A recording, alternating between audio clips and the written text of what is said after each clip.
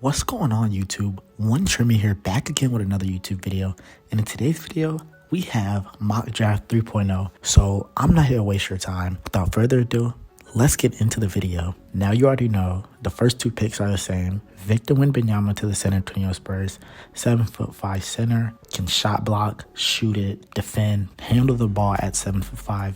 He's the complete package. He's an alien, as they call him. Now, on to the second pick. I have Scoot Henderson to the Charlotte Hornets. I think Scoot Henderson is the consensus second best player in the draft, regardless of fit with him and Brandon Miller. I think Scoot is the second best player, and I think they should go Scoot Henderson. Scoot's very athletic, then he has 6'2". I think he's a willing defender. I think he's going to be a growing playmaker in the NBA, and playing next to LaMelo Ball, he can be that off guard. Or they can alternate, since Melo is actually a very good catch and shoot player. But all in all, I actually really like the Scoot Henderson fit with Charlotte. Yes, they have Terry Rozier, but I think you can make it work with Scoot Henderson. And with great players, you make it work. This reminds me a lot of in the 1984 draft with Michael Jordan, how the Trailblazers passed on Michael Jordan because they had Clyde Drexler. No, I'm not saying Scoot Henderson's a Michael Jordan, and no, I'm not saying he'll ever get there, but it's just a similar situation with drafting fit and need over talent. And those things can come back to bite you. Just look at in recent memory when Golden State drafted James Wiseman over Melo Ball, but Scoot Henderson, number 2 overall. Now, this is where major changes occur in Mock Draft 3.0.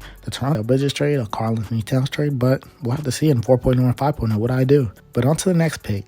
Number 4, the Houston Rockets take Amen Thompson. Now, in Mock Draft 2.0, I took Amen Thompson, but Mock Draft 1.0, I decided to take Cam Whitmore. Now, I'm going back to Amen Thompson solely because I don't think James Harden's going back to Houston.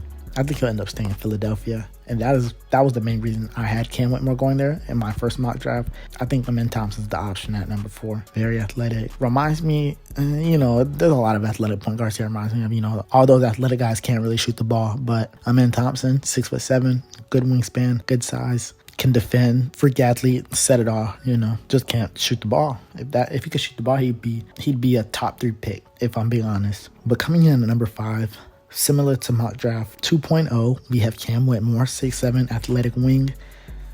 Can't really shoot it, but he has shooting upside.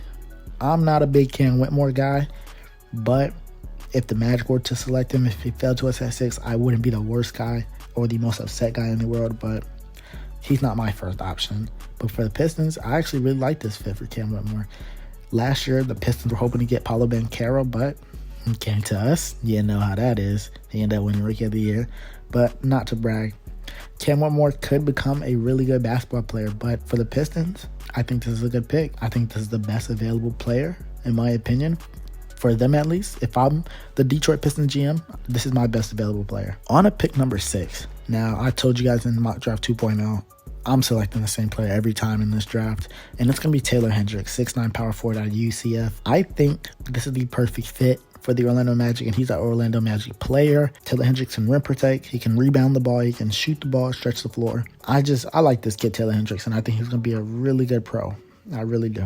At number 7, similar to Mock Draft 2.0, I have Jarace Walker, the 6'7" power forward who's an elite defender, but I don't think he'll slip past 7, but I don't think, he's in the 4-7 range, but I think he's on the end of that 7 range. But if I'm the Magic, though, I wouldn't touch it with a 10-foot pole because he can't shoot the rock, and we need shooters. Detroit, they need shooters. They need talent, but, shooting's not the first thing they need because they have Boban and Alec Burks, but I think Cam Whitmore's the guy there for them. And Walker, I think he'll end up going 7. If he doesn't go 7, I don't know where he's going to go, if I'm being honest with you. At pick 8, similar to 2.0, Washington is taking Cason Wallace, Kentucky's Cason Wallace, the 6'3" point guard who can really defend, playmaking upside, and he has shooting upside compared to all these other guards who defend and can't shoot. I think he probably has the highest shooting upside. And Washington gets their PG of the future. I think as soon as they trade Bradley Beal, they can go into full rebuild mode. And Cason Wallace can lead that charge as a really good point guard. We got to stop sleeping on Kentucky point guards. I'll say it once more.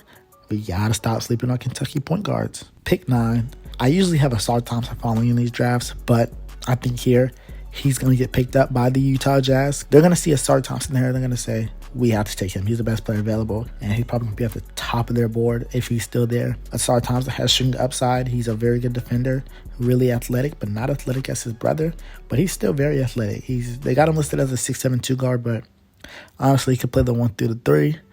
He is a little, raw when it comes to playmaking, but I do see the upside there. Now at number 10, I have a big change. The Dallas Mavericks are going Derek Lively, the second, Derek Lively Jr., standing at 7'2". They need rim protection. They need a big man. Outside of Victor Wembanyama, Derek Lively is the second best big man. I do believe that one of these teams are going to reach for a big man in Derek Lively. I think Derek Lively is going to be a very good NBA player. He's rising up draft boards right now, just rising. At 11, Jordan Hawkins to the Magic. I love Jordan Hawkins. He can really shoot the ball off the dribble, off the move, off the pin down, off the curl. He can shoot the ball. 6'5" shooting guard. I think he'll be a perfect fit for the Orlando Magic, and he will eventually start for this franchise. Mark my words. Because I'm booking it. We're going to draft Jordan Hawkins and Taylor Hendricks.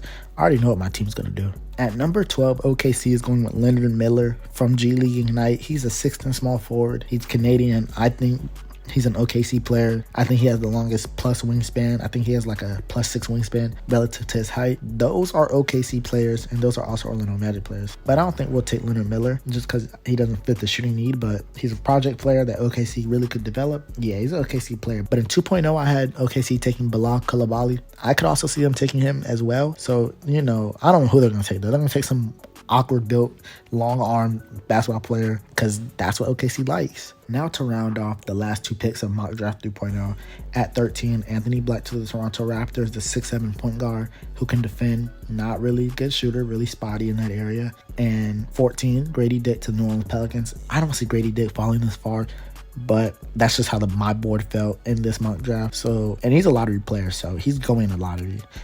So the 6'7" shooting guard can really shoot the ball. He's probably the best shooter in the draft. Him and Jordan Hawkins 1 and 2, depending on how you look. If you guys all enjoy, don't forget to drop a like and subscribe. I'm One Trimmy, and I'm out.